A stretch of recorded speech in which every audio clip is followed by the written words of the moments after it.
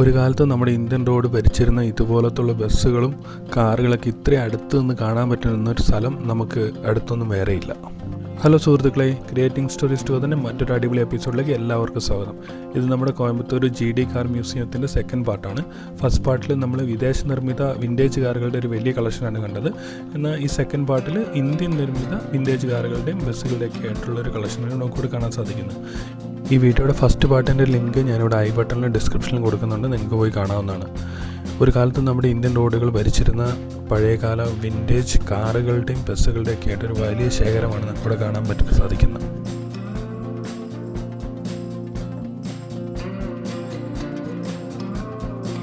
ഒരു vintage Sini production യൂണിറ്റിൻ്റെ വണ്ടിയാണ് ഈ കാണുന്നത്. അതിൻ്റെ പേര് കണ്ടോ, പക്ഷിരാജ സ്റ്റുഡിയോസ് കോയമ്പത്തൂർ.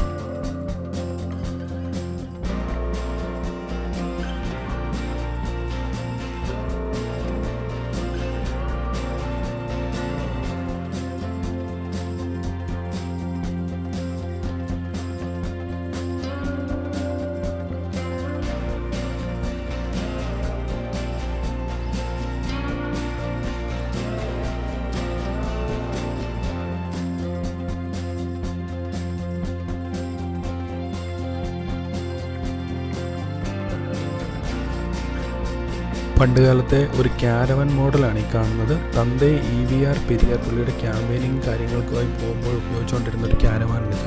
ഇതിൻ്റെ അകമെല്ലാം കാണാൻ അടിപൊളിയാണ്.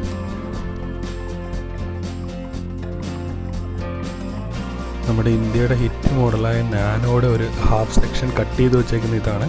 എന്നപ്പോൾ അതിൻ്റെ പ്രവർത്തനവും കാര്യങ്ങളും എങ്ങനെയാണെന്നൊക്കെ നമുക്ക് ഈ ഇതിനകത്ത് തന്നെ കറക്റ്റ് തിരിയും. ഒരു നാനോടെ തന്നെ മൊത്തത്തോടെയുള്ള ഒരെണ്ണം കൂടെ ഇവിടെയുണ്ട്. അതിൻ്റെ തൊട്ടപ്പുറത്തായിട്ട് തന്നെ നമ്മുടെ ടാറ്റയുടെ ഇൻഡിക്ക,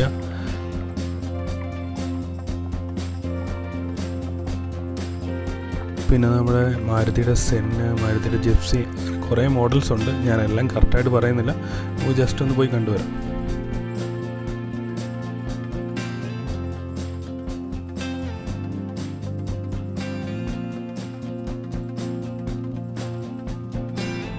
നമ്മുടെ കോയമ്പത്തൂരുള്ള GD കാർ മ്യൂസിയത്തിലാണ് ഇതുള്ളത്. ഞാൻ ആ ഫസ്റ്റ് വീഡിയോയിൽ നമുക്ക് ഇങ്ങോട്ടേക്ക് എങ്ങനെ വരണം, എങ്ങനെ ട്രിപ്പ് പ്ലാൻ ചെയ്യണം, ഇവിടുത്തെ എൻട്രി, ബാക്കി ഡീറ്റെയിൽസ് എല്ലാം ഫസ്റ്റ് വീഡിയോയിൽ പങ്കുവച്ചിട്ടുണ്ട്. നിങ്ങൾക്ക് ആ വീഡിയോ കാണാവുന്നതാണ്. നിങ്ങൾക്കപ്പോൾ കോയമ്പത്തൂർ ട്രിപ്പ് പ്ലാൻ ചെയ്യുമ്പോൾ ഈ സൈറ്റും കൂടെ എന്തായാലും ഇൻക്ലൂഡ് ചെയ്യാമെന്നാണ്. ഇപ്പോൾ ഇതിനോടനുബന്ധിച്ച് ഇവർക്കൊരു സയൻസ് മ്യൂസിയം, സയൻസ് എക്സ്പീരിയൻ്റൽ മ്യൂസിയം ഉണ്ട്. എന്തുകൊണ്ട് ഒരു 3 to 4 hours നിങ്ങൾക്ക് ഈസി ആയിട്ട് സ്പെൻഡ് ചെയ്യാം. കോയമ്പത്തൂർ ടൗണിൽ തന്നെയാണ് സ്ഥിതി ചെയ്യുന്നത്.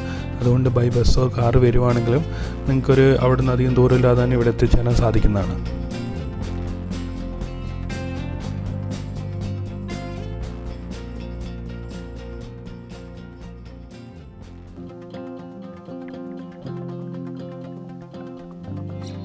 ഈ വീഡിയോ ഞാനിവിടെ വൈൻഡപ്പ് ചെയ്യുകയാണ്. ഈ വീഡിയോ നിങ്ങൾക്ക് ഇഷ്ടമായെന്ന് വിചാരിക്കുന്നു.